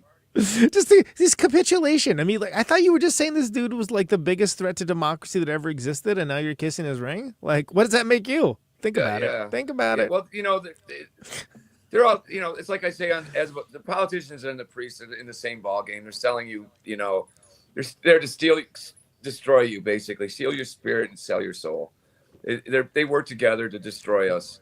Right. That's just the way I feel, that this is just hyper destruction. And the dummy down has started 20, 30 years ago when they started dumbing down. It's a campaign. It's a campaign that started, like with the trusted source thing, Rush Limbaugh and all that. Like it's. Yeah, you can actually go back to Russ Perot, really, and then Sure. Buchanan. Actually, Buchanan is probably the one. Pat Buchanan is the one that started all this hate. Yeah. He and just the hate. Rachel hate for Maddow's women. buddy. Yeah, and the hate for women is just amazing, because you figure like men, half of grown men are divorced, so there's half of them right there hate women, right off the top. I mean, woof, but yeah, all right, sure, yeah. I didn't see the woman, the misogyny at first, and he played the hell out of it. I was wondering what's he showing up at WWF fights and and ultimate fighting challenges and all this macho shit, and he was just playing the man card. Like, you hate women, don't you? You want to have a woman president tell you what to do? I mean, you don't even want your wife to tell you what to do. It's so gross, man. He played it really good. He certainly But did. you know what? You get what you pay for. Well, look, at this point, we deserve it. We Jinx. I'm going Christian on this. Save me. Save me. No, we deserve it for allowing us to be dummied down, to having those little phones carried around everywhere we go with all the disinformation on them. Yeah. I mean, dude, books. Talk about book report time. Yeah, it's book report time, kids. But you know what? A publisher to write a book is kind of has to be based on fact or they get sued. Yeah. You don't. I mean, podcasts. They don't. You can say whatever you want. No, I mean, pretty much. I mean, they're not going to sue you. Matter of fact, the more hate you generate, the more you're going to get ratings and more money, really. And that's why, I guess there's a version of this episode where I could have had Mark Corso on and you guys could talk, but it's not Crossfire. You know what I mean? Like, I'm not interested. That wouldn't happen because all he would do is talk over both of us. Right. And he would be saying the same thing over and over again. I would, if you want me to participate in something like that, I think it would be hilarious. But, I don't even know why you would give someone like him a platform, because he hasn't done anything artistically besides 30 years ago he's done work. So You'd be surprised when I get pitched, but like great, So Below, have him on, Speaking of As Above, So Below, let's talk about that record. In fact, what I would like, because I do like that record quite a lot, absent of any of this stuff, if we could go through the record song by song, and maybe you could tell me a little about each one, maybe the lyrics, how the recording, how the song came together, et cetera, because there's more to it than even I realized, and I think that's something that the listeners might enjoy. I know I would. So here it is, track listing for As Above, So Below. Let's start with I Am Mighty. Tell me about that one. I Am Mighty? I Am Mighty. Sorry, I need to enunciate my... Are you going to play the track, or should I just talk about it? No, just talk about them, yeah. Okay, yeah, I Am Mighty is... You listen to the lyrics. It's we survived all this warfare, hurricanes, tidal wave. I mean, we natural disasters, wars, imprisonment, concentration camps. Our families, all of our families, know someone that's got caught up in these things throughout history. So I Am Mighty is just like a salute to like, I'm still fucking here. We're still here, and we should be kind of. It makes me feel mighty when I look at the sacrifice that all of these generations that came before me, that's happened to them. And so I Am Mighty kind of goes through it. It's like we survived the tidal wave, which is like the great flood by Noah, and smallpox and plagues and earthquakes and tornadoes and You know, we were persecuted and had to live in the catacombs, and we had, you know, we hid in caves, and so we've gone through all this progression as humans, and we're still here, but we're kind of still in the same place. So I think just, and once again, it deals with I'm still alive, so hey, I am mighty, and I feel mighty because of the sacrifice everyone has done, and we're all human beings. We all make the same sacrifice, but we're talking hundreds and thousands of years of slavery and manipulation by governments. So I don't know. That's what I Am Mighty's about. Nice. As above, so below. Well, hold on. Before that, you have a video for this one too, right? So that's kind of cool. That's a good video. Did you, having been around in the original MTV era, you know, when they still showed videos? How'd you feel about making a video in this era, huh? Well, you know, everyone told me that I wouldn't have to tour as much as if we made videos. So I was like all down. They're like, Mike, you don't have to go on the road anymore. We just do these videos, and people see the videos. We get 1,000 people watching them, 2,000. Better than a show. And so they talked me into it. So yeah, that was Scott's idea for I Am Mighty. My daughter, Isabel, she graduated from a film degree at University of Michigan. So she worked on it a little bit with him. Nice. But yeah, Scott kind of did the shots and thought and picked the place to do it. Very cool. All right, so the next step, we have the title track, As Above, So Below. Tell me about that one. Yeah, As Above, So Below is a really metaphysical saying. It's been back before even Christianity. The Masons have kind of copped it for their own use. The Christians have copped it for their own use. A lot of people think heaven and hell, as above, so below. Some people could say the mind and the body, as above, so below. Above ground, below ground. There's several different meanings, but it's basically it's about controlling the consciousness. Like if you can control your mind, you can control your body. So as above, so below. And then there's the Bible stories in it. You know, the book of, it's about the book of Enoch, and the book of Enoch clearly states that these aliens were having sex with and interbreeding with people, and Noah found out about it and saw these monsters that the Nephilim, which were supposed to be the aliens, created. Right. And so he had a great flood, and he tried to flood the earth and kill whatever mankind of these alien creatures. So, you know, it says, I was reading the book of Enoch about Noah and the Nephilim and how the aliens were mixing blood with animals and aliens. They were spewing out the spawn of sailors and serpents and selling their sperm to the watchers and giants. And the watchers and giants are the Nephilim. And once again, that's all in the book of Enoch. Mm-hmm. And then the last verse is about Galatians, because in Galatians, Paul visits the Galatians, and these crazy people are saying, to prove your love for Christ, I mean, guys a little bit younger than us, like in their 20s and 30s, like, to prove your love for Christ, you need to make a sacrifice, and that's, you know, your right. foreskin. I mean, they're making do circumcision of these grown-ass men. Yeah, you love Jesus Christ, buddy? Let's see how much you love him. Prove it. You know? Yeah, exactly. Yeah. Yeah, and of course, that's a Bible story that has all these other analogies. But basically, Paul was saying, you know, it's like if you love Christ, it's about spirit, soul, and heart, and hope, and prayers. It's not about having to, you know, go to a church or go through these rituals. That the spirituality exists just in belief and inside of you, and you don't have to do what these other people tell you to do to be controlled by religion. I mean, that's what Paul said, but you know, it's a good example of the extremities people will make you go through to prove your love for Christ. I mean, and then the opening line, it's about, it just says, I was riding into Golgotha on the back of a donkey, and Christ rode into Golgotha on the back of a donkey before he was sacrificed.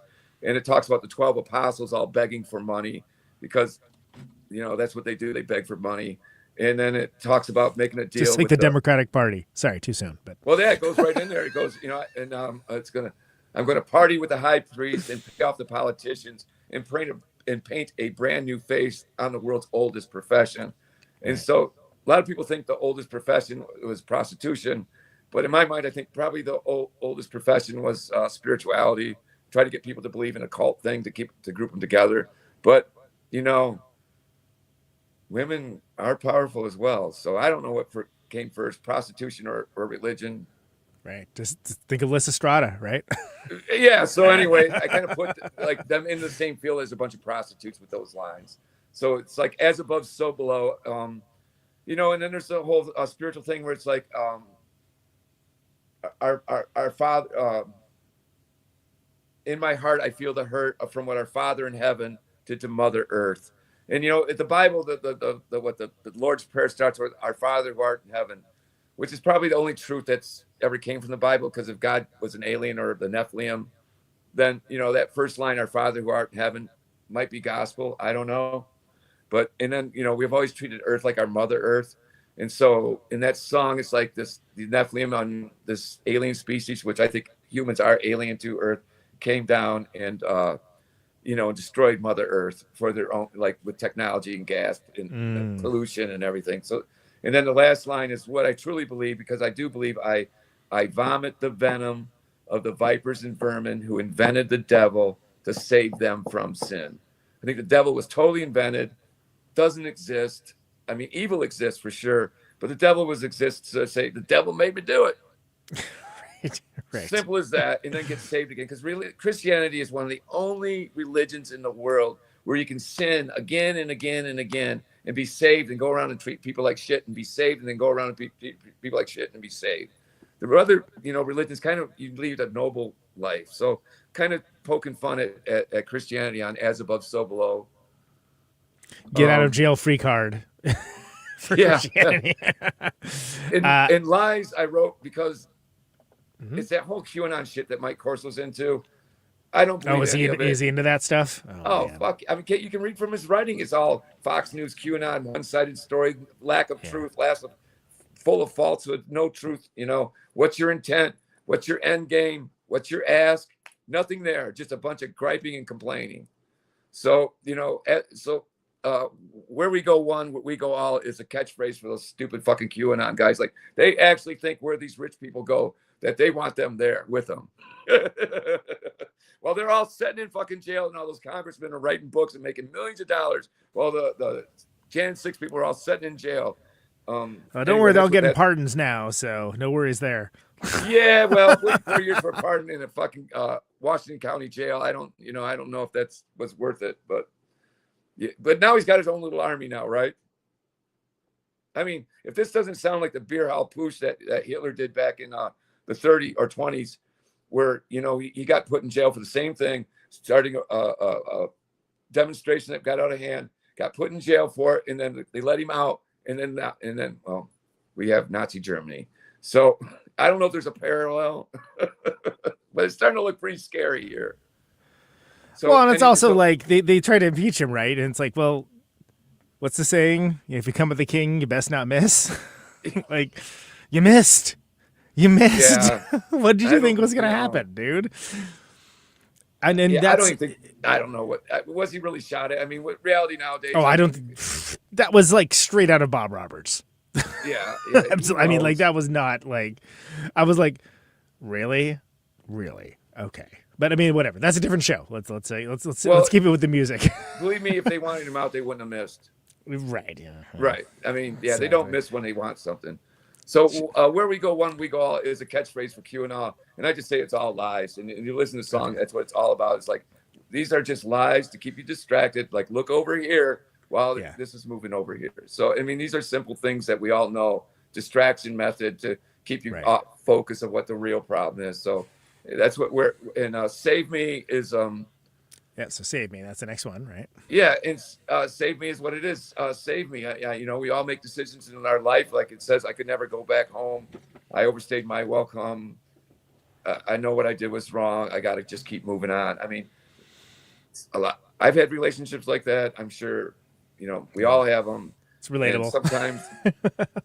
And sometimes we need someone to save us from ourselves. Yeah.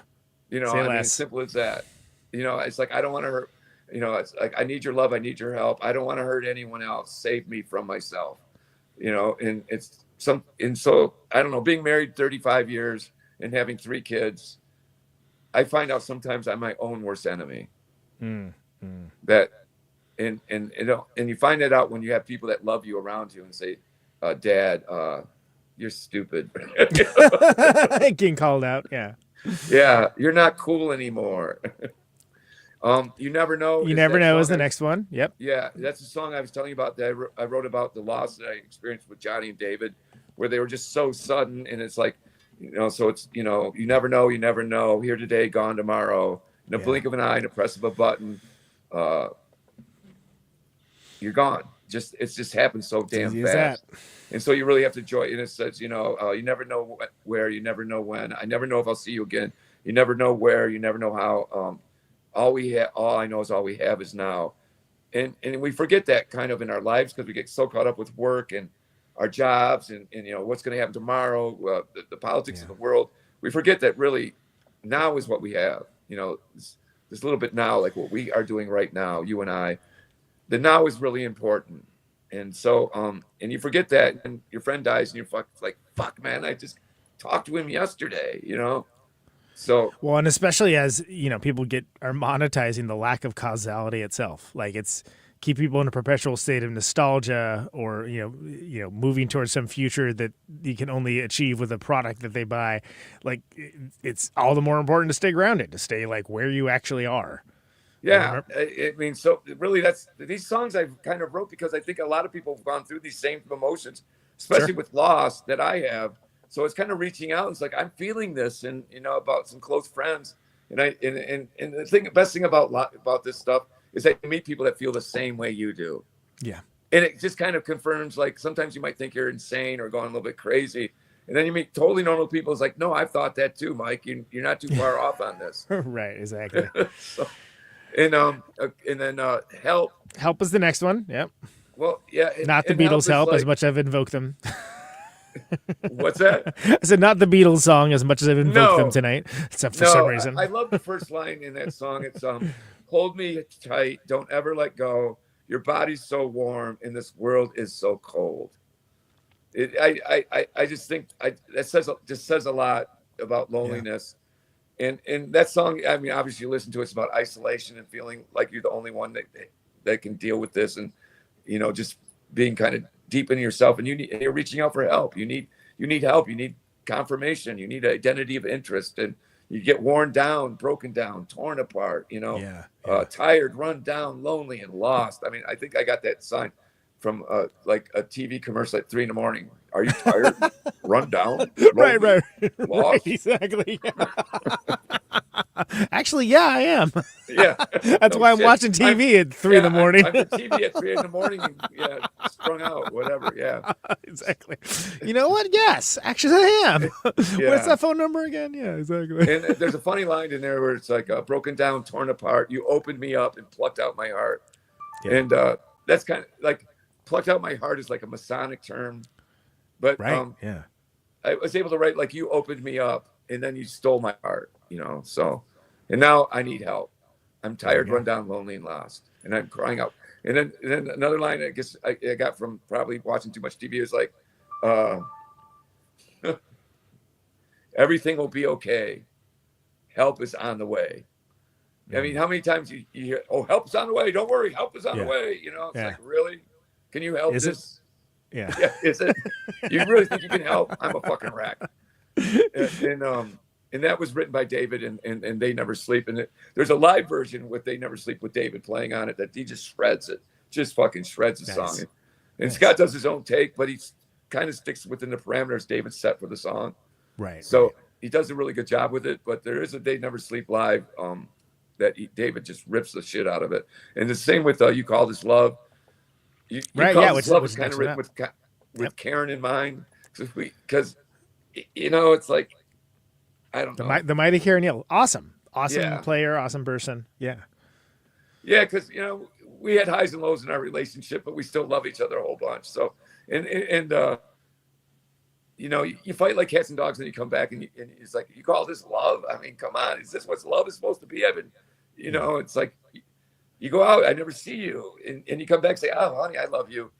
So I think the older you get, the more you can really say, yeah, is this what love is cracked up to be? I mean, really? Right. And it has some isolation in it. It's like, you call this love, but it really makes me, but I feel sick inside. You call this love, but I think what are you trying to hide? So it's like, what is this thing you say I love you, but do you mean it? Or what does love mean? I don't know. Yeah. What is that? Yeah. How's it defined? Sure. Someone said their description of the song, it sounded like it was like an argument between a couple and the girl was going to be dead at the end of it. So. Oof. Woof. Too real. Too real. I love it. I love the line is love is just a word. It's just a dirty 4-letter word. Yeah. That's good. Because it is. Yeah. It's like, oh, yeah. And then that made me think, the Jesus Lizard, all their records are 4-letter words. Yeah. I was like, oh, yeah, they could have one just called Love. That'd be like the most unexpected Jesus Lizard title ever. Nobody would think that. Love. Yeah. Swim. Right. It's like they ain't running low on 4-letter words yet. So, and then we go on to Nice Place to Visit. And Nice Place to Visit is has a lot to do with I kind of had a drug dependency going for a little while, a couple of months. So, it says, and I got to the point where I wasn't buying any pills, but I was starting to buy the powder. And then I started realizing I had a serious fucking drug problem. Right. As simple as that. And I cleaned myself up, went cold fucking turkey. Worst thing I ever been through in my life. Worse than fucking COVID, anything. But I'm so glad I did it. If it wasn't for Scott Kodrick helping me through it, I probably would never got through withdrawal. But so Nice Place to Visit. If that's what listen to the song. There's a bar in it. There's a liquor store. Every neighborhood has a liquor store. There's a bar in every corner. You don't have to go too far to get what the doctor ordered. Meet me to score drugs behind the building. Wait for me while I go in. Leave the engine running just in case of trouble. Right. Yeah. If you can't get the pill, I can get powders. And my dealer actually said that. It's like, dude, these pills are expensive, man. I can get this shit in powder for you half the price. Yeah, there's a slippery slope right there, ain't it? Yeah, then I started realizing I had a drug problem. But well, that's also, that's every town USA problem too, right? Like it's. Oh, it was terrible. My wife was wondering why I was always like falling asleep while I was working. I'm like, she felt sorry for me because I was working so. She goes, "You work so hard, honey. Oh God, you work." And I'm nodding out, literally. Rough. That was embarrassing. But, it's good on you for being real with it. Every God Bullies album's got a, what reason in it, or some types of cop type of reference. So basically, it's like there's cops in plain clothes out there. People, watch out. Yeah. The Back the Blue song, definitely. Yeah. Oh yeah. They're informers and infiltrators, imposters, impersonators. Look, I'm not a lyrics guy. All right, I just I just like the heavy music. That's it. I like. There's a couple good lines. I like the line in there. Out on probation or on parole, once you get caught, they never let go. Watch out for cops in plain clothes. And it, it's true. Once you get put in the system, you're in. You're fucking in. And so you got to watch out for these guys because they mean serious fucking business. They will fuck up your whole life just for fun because they love doing it. Yeah, they love because they can. Else, with cops, they just love being like thinking they're fooling you. And it's funny because when you're on YouTube, I have YouTube going in the background, and they have like these police things where they pull people over and they bust them for like 20 pounds of meth or 20 pounds of fentanyl. My wife watches that crap constantly. Yeah. Why is this your form of entertainment? But she loves it. It's funny because the people are so fucking stupid, but they always come up to the car and one thing they say is like, I smell the odor of marijuana. Right. So I have a right to search. So, there's a line. My dad was a big, presumably still is, a big Cops fan, that show Cops, which is just like, here's the jackboots of authority coming down on you. Like the TV show, but with a jaunty theme song. Okay, great. Yeah, it was a reggae song, wasn't it? Yeah, exactly. It totally is. It's totally a reggae song, which is so wow. Yeah. Perfect. So anyway, we got this thing with cops, and they're always trying to fuck up our lives. Pretty simple there. We are the enemy. It's really like all those motherfuckers that voted for Trump are starting to see that. Wait a minute, I'm the enemy. They're going after me. I thought it was those people over there. I thought it was those people over there, but no, it's fucking me. So it's like, hey, we are the enemy. I don't know if you noticed, like, how we're raised and how we're kind of used in our, for nothing more than cannon fodder. That we're not on their team. We're literally the enemy. They profit off us. We are the product. They make money off us. They could give a fuck about our lives. They want to keep us alive because as long as we're alive, we consume. And as long as we consume, we buy their goods. So as long as we buy their goods, they're profiting off us. So keep the cow alive. So that's what happens when you have an aggrievement based political philosophy. Yeah. my So my basically, politics are F you. Okay, well, we are the enemy, and believe it or not, I mean, I know you're white and poor, but it's not just the black people they're going after, right. or the gays, or transgender. They're going after all of us. They're just starting with you. Fight the fascist is the next one up. Fight the fascist, of course. Look at what we got. So Yeah, that's pretty. That's kind of right there. The Planet of the Apes school of titling, really. yeah, and once again, my favorite line in there is, "In the name of God, in the name of love, I've seen the cruelty man's capable of, us all sanctioned with violence from heaven above." Have your ideas on songwriting and lyricism change over the years? Like, and the reason why I ask that is modern generations seem to like a much more direct approach, less ambiguity, less allegory, less. Yeah, they've changed. Maybe a little bit more political, I think, than I started out. I mean, we were kind of into the Cramps and stuff when we first do the God Bullies. So, and we're kind of into murderers and, serial killers and kind of that whole weird, like, kind of cultish thing. So, like, I've gotten a little bit more political. I purposely tried not to do so much with this record because I wanted to be more about feelings than politics. But I also did want to do a God Bully record that said, "I told you so." Right. And you were warned. You were warned multiple Fight the records Fascists ago. is that song. Listen, Yeah. they've been coming for this for a long time. Yeah. They said it. They said, this is what we're going to do. Here's our plan to do it. And no one believed them or some shit. I know. It's like they said they were going to do it. I mean, come on. Like, you're surprised? Again, kiss the ring, Okay. Divide to conquer. As long as you can exploit, men and women and blacks and whites, you're going to win every time. And I tell you, I don't know if America, we're paying for 8 years of Obama. That's what we're paying for. Still. Because, I mean, throughout my life, when you get a Clinton, you get a Reagan or a Bush. When you get a Carter, you get a Reagan. And when you get an Obama, a black man, as president, you're gonna pay for that for your whole fucking life. Yeah. I mean, that's, oh God, I wish it was. Well, and it's funny because it used to be that it was Europe that was just like, oh no, the racism is just right out in the open, and and America like hides it. It's like, oh no, not anymore. No, it's just all like right there. Okay, cool, right on.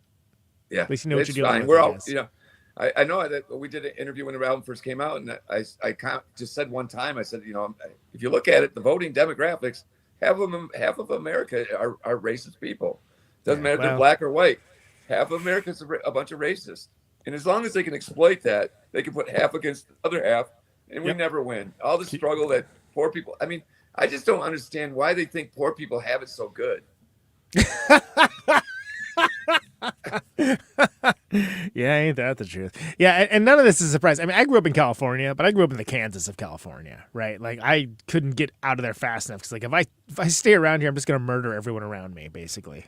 This is what my mindset was, because it was just, I mean, the casual racism and sexism was so institutionalized. The idea that would be questioned wasn't even possible then.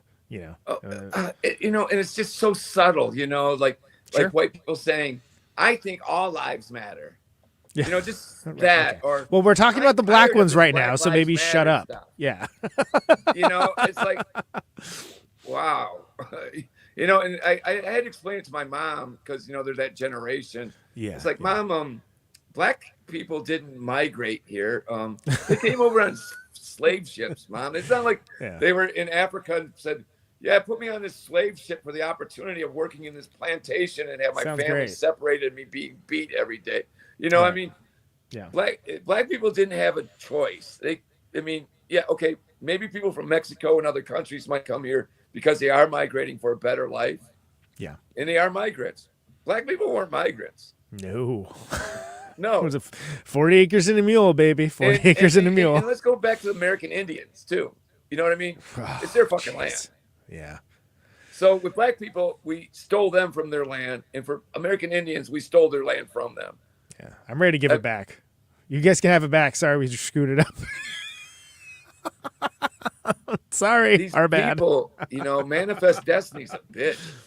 Yeah, I didn't. And the white people thinking that it's disgusting that these cultures that were far superior and far stronger and had way more spirituality and soul to the people existed way before this Christianity manifest destiny crap did. Dem Bones, a surprising closer. Oh, Dem Bones, our favorite, Jack Van Impe. Yeah.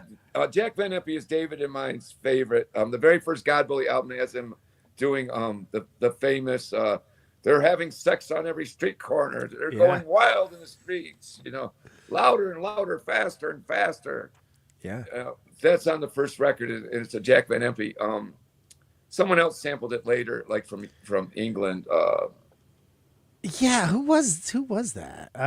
Psychic TV, maybe. That sounds. I was gonna say Genesis Fjord, probably, but yeah. But we did it first, and so that was Jack Van Impe on the Hook Generation album, and then this was off of Jack Van Impe, the Coming Armageddon album, and he's from Detroit, and he's got a public television station, and his wife was Rexilla, and I mean they were doing it every Sunday up until just a few years ago when I think they both passed away.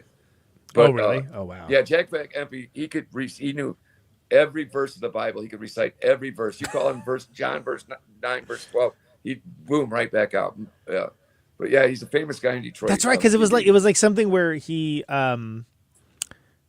chose not to memorize them by how they were set, but like by topic, right? That was I think that's the guy. Yeah. But I vaguely remember this now. Yeah. I was like, wow, that's a weird thing to devote your life to, but respect, I guess. Man, he's got like 20 albums out and they're all good. Yeah, he lived pretty long. He was like 88 or something. Yeah, he lived almost right? to 100. And Rexilla, actually, he passed away, and Rexilla kept doing the show.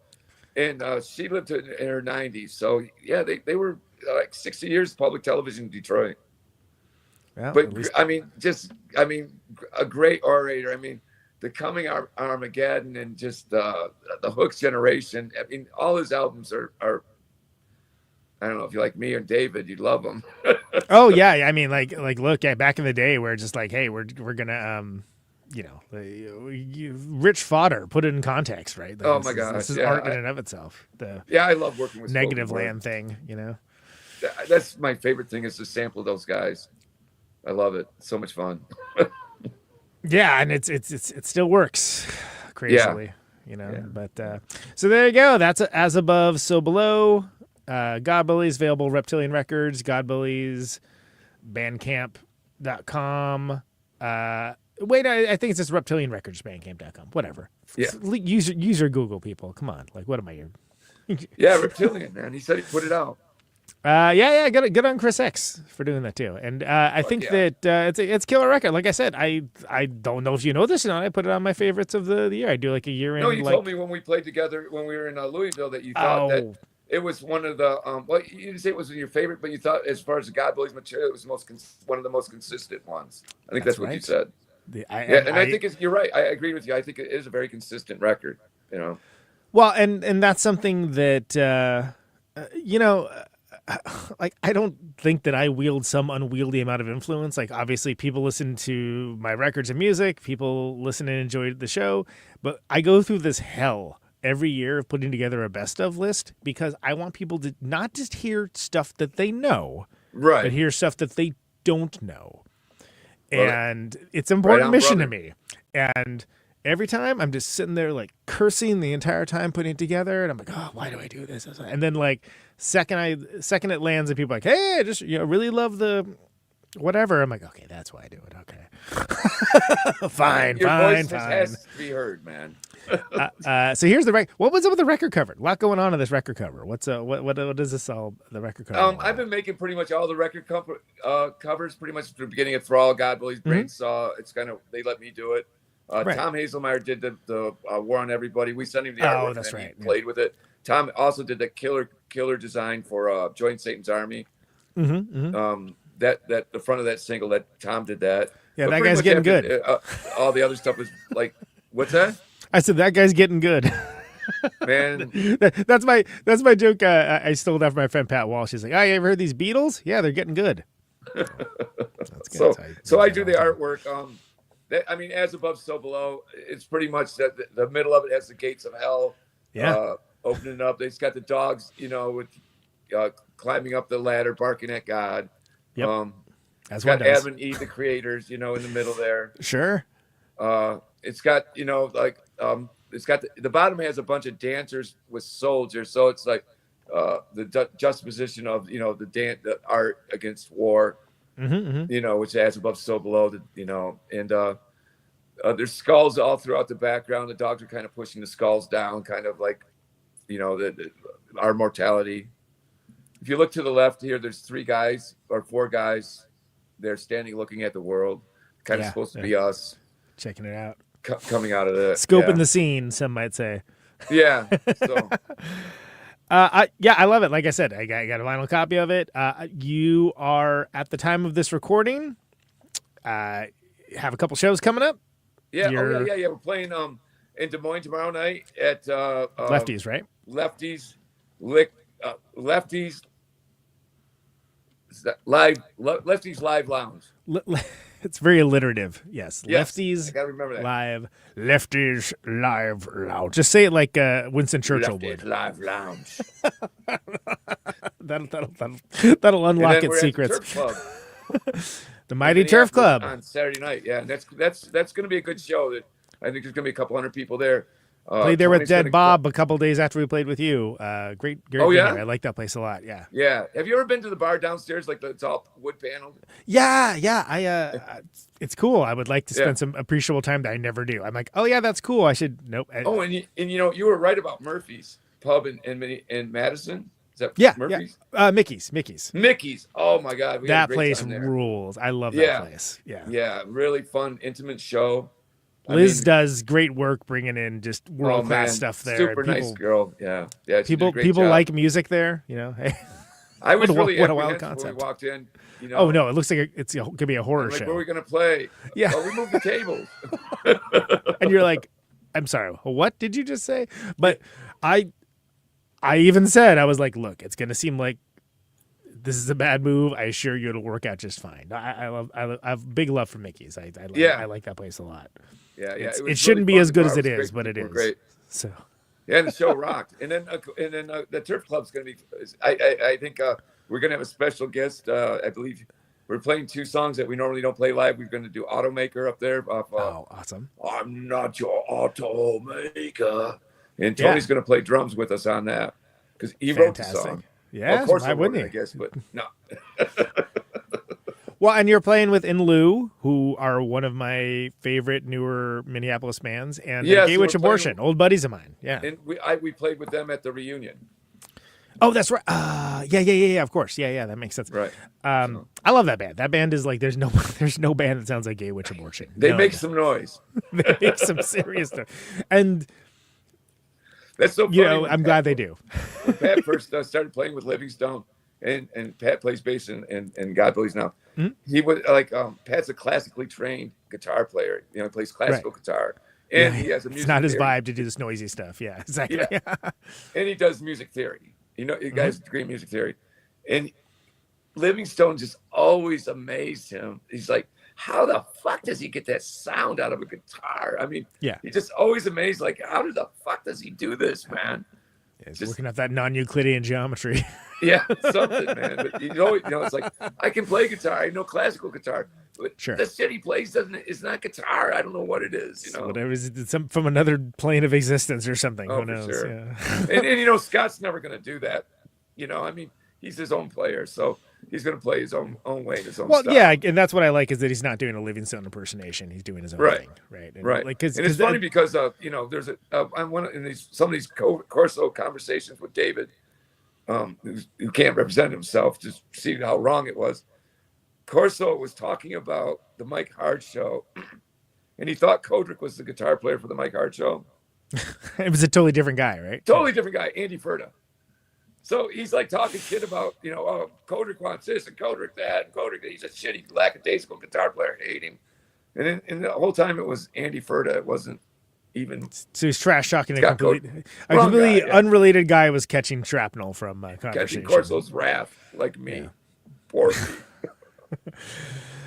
Well, Mike Hard. I'm gonna cry when we get out of here.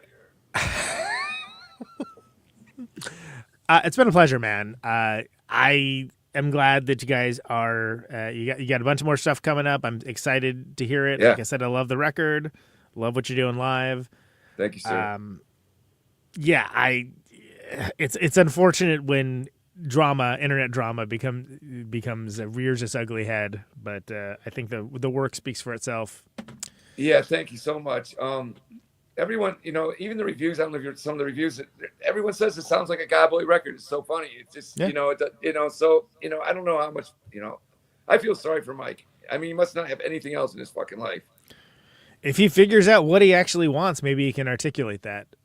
I had an excuse for not doing the Bullies for years. It's like being a dad. Yeah. I couldn't. It's like I literally stopped doing the Bullies because I just couldn't tour like that.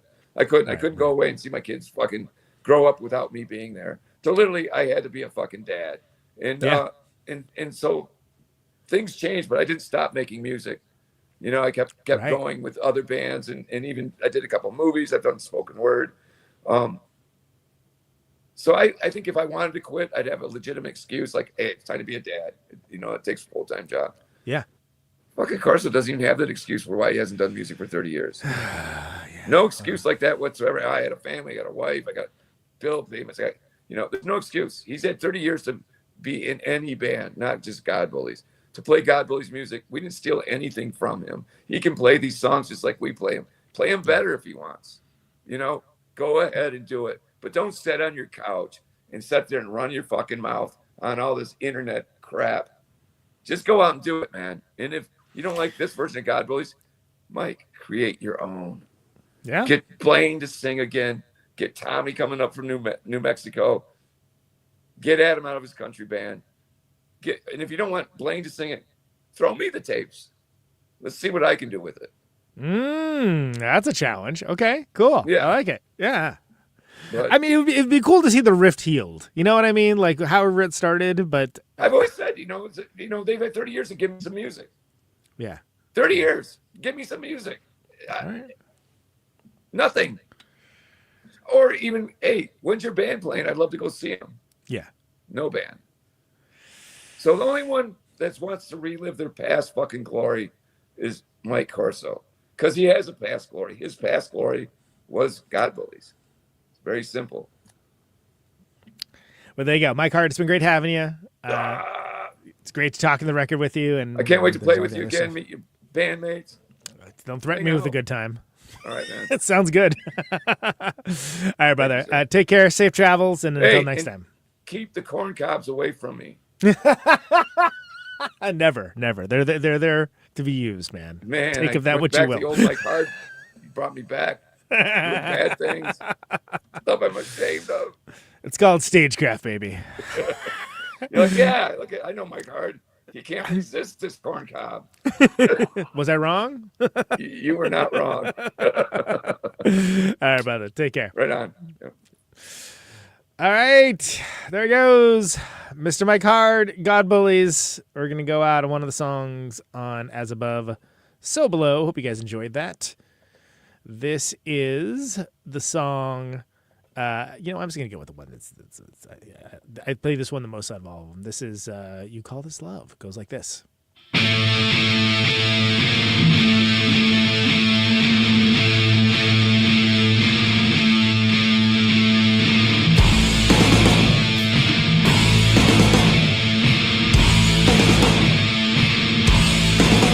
Is this love or just a game?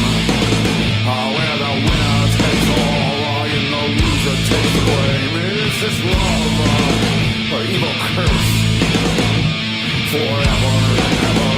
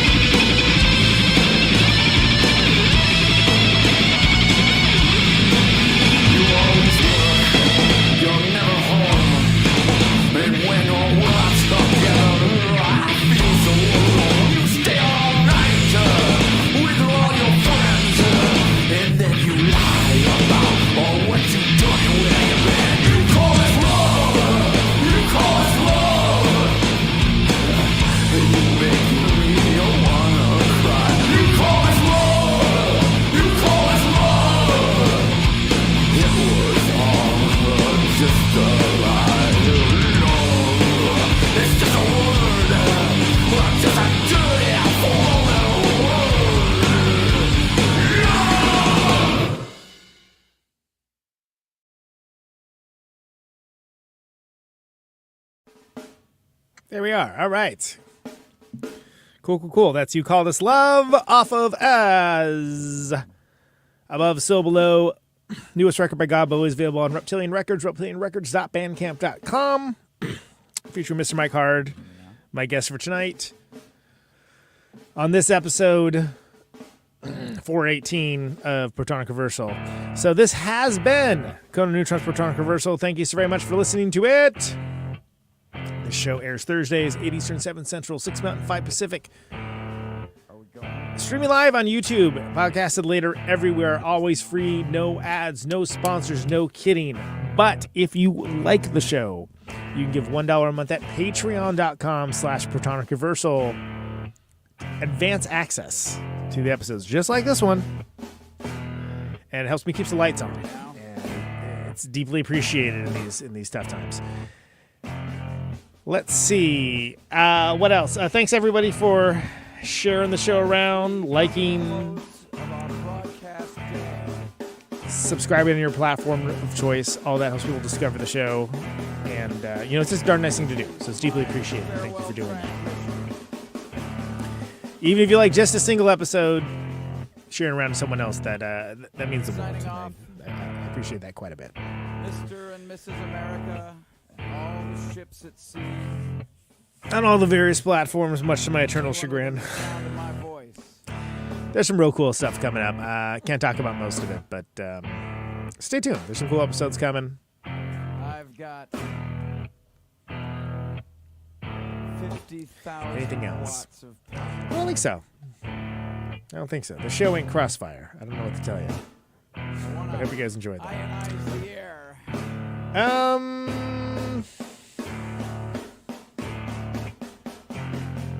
Yeah. That's where we're at. This microphone Stay safe out there. sound into electricity. And as always, check you later. Can you hear me now? Check you later. Out on Route 128, in the dark and lonely. I got my radio on. Can you hear me now? Can you hear me now?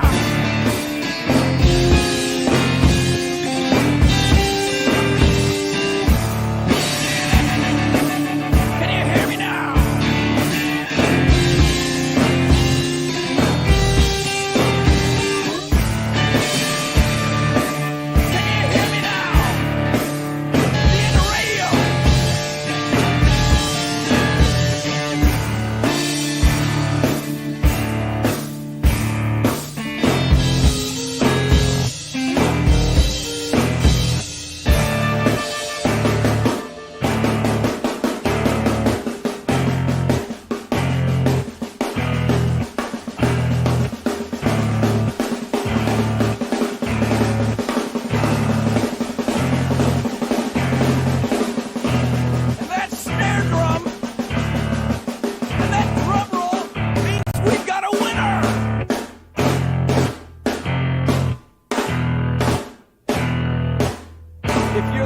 caller,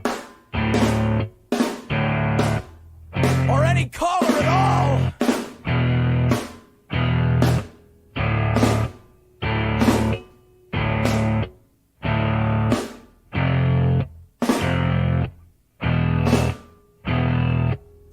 Welcome to my top 10.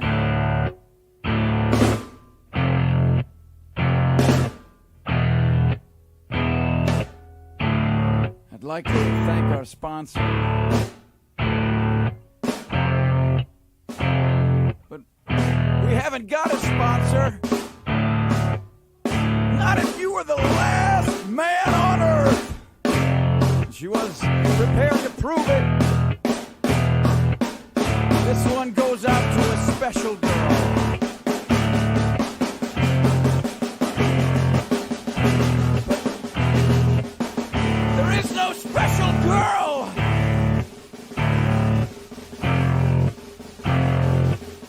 It's the end of radio. The last announcer plays the last record. The last what? Leaves the transmitter. Circles the globe in search of a listener. Can you hear me now? Can you hear me now?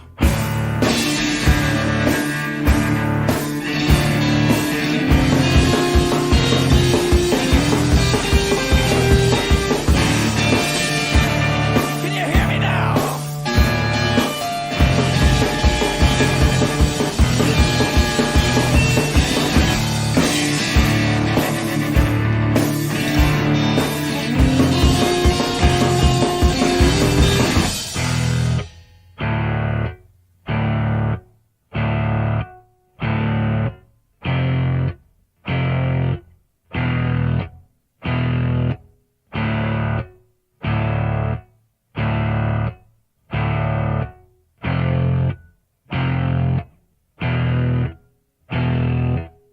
Is it really broadcasting if there's no one there to receive?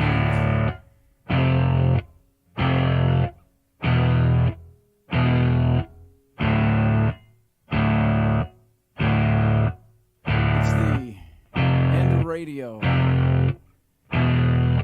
As we come to the close of our broadcast day,